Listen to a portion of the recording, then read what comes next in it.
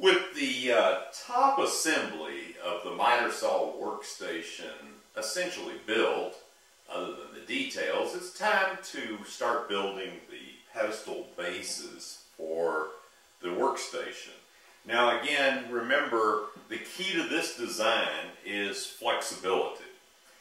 You have the flexibility of building just the top and mounting it on anything you want to in your shop. You could even permanently mount it against the wall if you wanted to.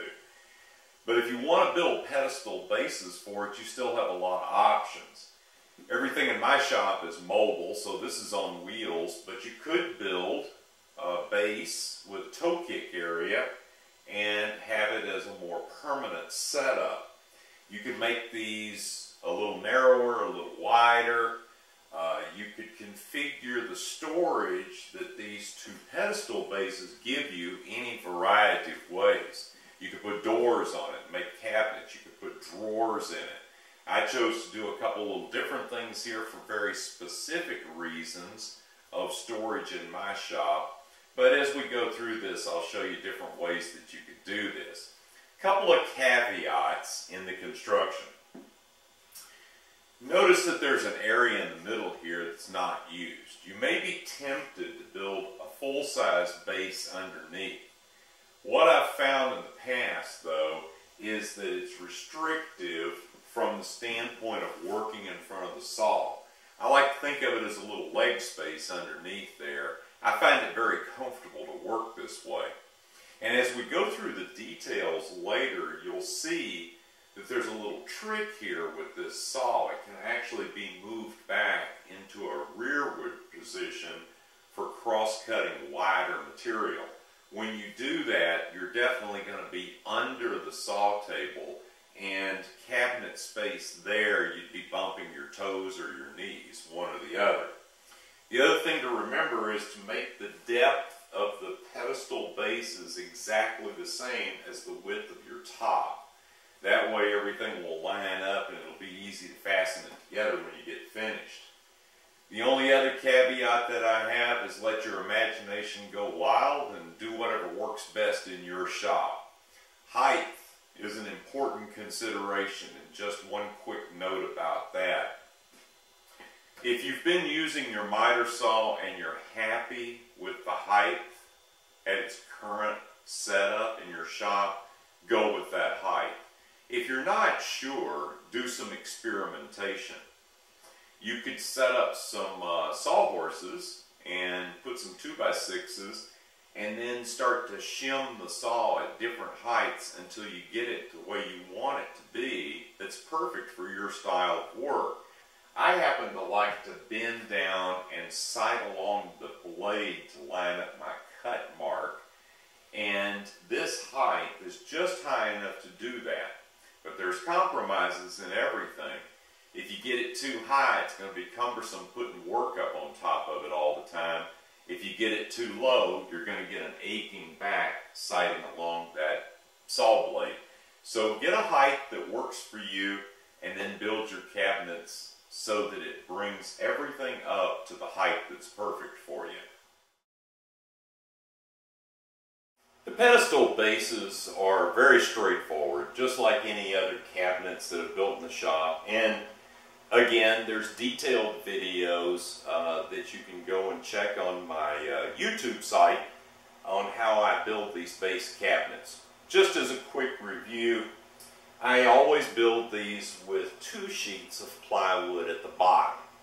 This side and this side over here have basically 1.5 inches wide rabbet cut in them, and then 2 sheets of plywood doubled up here on the bottom. I do that because my cabinets in my shop get moved a lot, and even though I use good quality casters, those good quality casters have to be solidly mounted or eventually they'll come loose and create a problem for you. Then in this particular cabinet, I set 2 vertical uprights, also in dados, to offer a great deal of weight support and rigidity to this unit. The back is 1/2 inch plywood, just like the top. And of course these two internal pieces would be cut a ½ an inch shorter to accommodate the back so it's fully inset. Once the cabinet is built, the casters are installed, I face the edges with poplar, just exactly the same as on the top, and finished it, put some finish on it. The left side pedestal base is essentially the same as the right hand side, except there's no vertical divider in here. First of all, the unit is relatively narrow, so from a weight standpoint, not a concern. Still, again, 2 layers of 3/4 inch plywood on the bottom to give rigidity for the casters. The 2 sides set into rabbets in the top and the bottom, and a ½ inch back glued in. Very simple, very straightforward. Now, let's get to some of the details. When I was first noodling out the design of this miter saw station, I was trying to figure out what to put on this side. Then one morning I was having a cup of coffee. It was very early in the morning, and I was sitting and I was looking at this big stack of Festool Systainers over in the corner, and I said, man, you know, the one I want's always the second one from the bottom, and it's taking up space over there. This would be great if I could figure out a way to mount some kind of slide out tray and put my Festool Systainers in there. Now, you remember at the first of the video I said I used ½ inch for the backs because I needed the extra space, and the reason is because I wanted these to not overlap the trim, and I wanted 2 of them to fit front and back, and that's exactly the way I made this. So I've got 2 here, room for 2, I've only got 1 in here right now, and 2 of the super-sized large Systainers down here. So a total of 6 Systainers are stored. Again, these are 3/4 inch chunks of plywood with poplar on the face, and I used really inexpensive drawer slides. And the reason that I use these is because they mount on the bottom side of the drawer, and they're thin. So the 3/4 inch plywood and these drawer slides work just perfect. They extend out plenty far because you can take out the first Systainer and get to the one behind it, and they seem to work pretty good. So after I got those installed and dressed the front of the shelves and put my Systainers in, I put some little handles on here that are surface mount. Now obviously, unlike a drawer pull, which is mounted from behind, I couldn't get in here to mount this from behind, so I use these surface mount pulls that sort of look like the other pulls in my shop. At least they're made out of the same oak. So that worked out pretty good. The only other thing that might be interesting for you is how to space out the drawer slides themselves, and I figured out a really simple way to do that. I mounted the first one as close to the bottom as I could get it and lined up with the floor of the cabinet, so I knew I got that one nice and straight, and that worked out just fine. So then I loaded in the Systainers. I put a small spacer on either side and used that to position the next drawer slide. Once I got those in, I put 2 Systainers up here, small spacer, and put in the top one. Worked out just fine. On the right-hand side pedestal, which is the larger of the pedestals, I had decided that I wanted to have a place to put all my little cut-offs and scraps. So often I use this stuff, but it's always a hassle digging through piles to find just the right size. So I thought if I had little cubby holes over here where I could sort it out, maybe by lumber type or by thickness or by width, however it makes sense, that would work pretty good for me.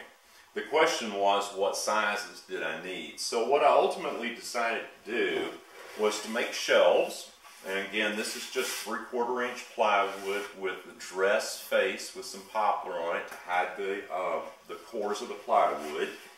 And I drilled shelf pin holes starting about right here all the way up to about right here in all of these sides.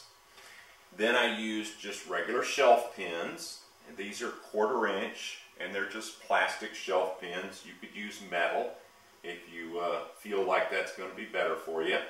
And put those in place and kind of figured out where I wanted them. And then all you got to do is put these shelves in. It'd be helpful if I got that at the right spot. And you got a nice sturdy shelf. Now, drilling these holes after the cabinet was built made sense for me.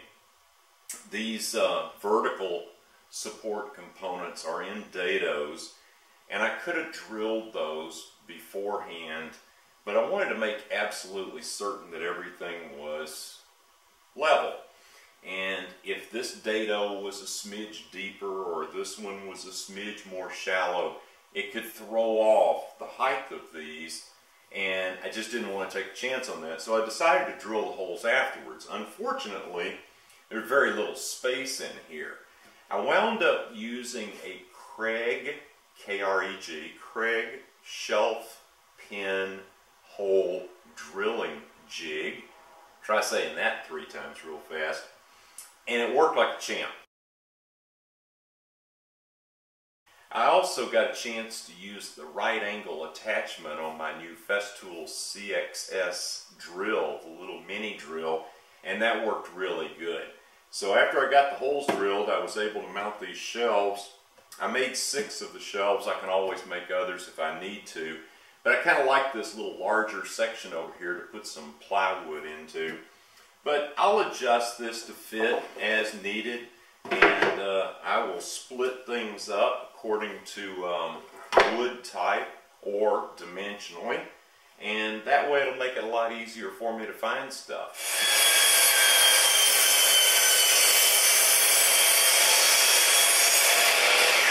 Thanks for watching. See you in the next video.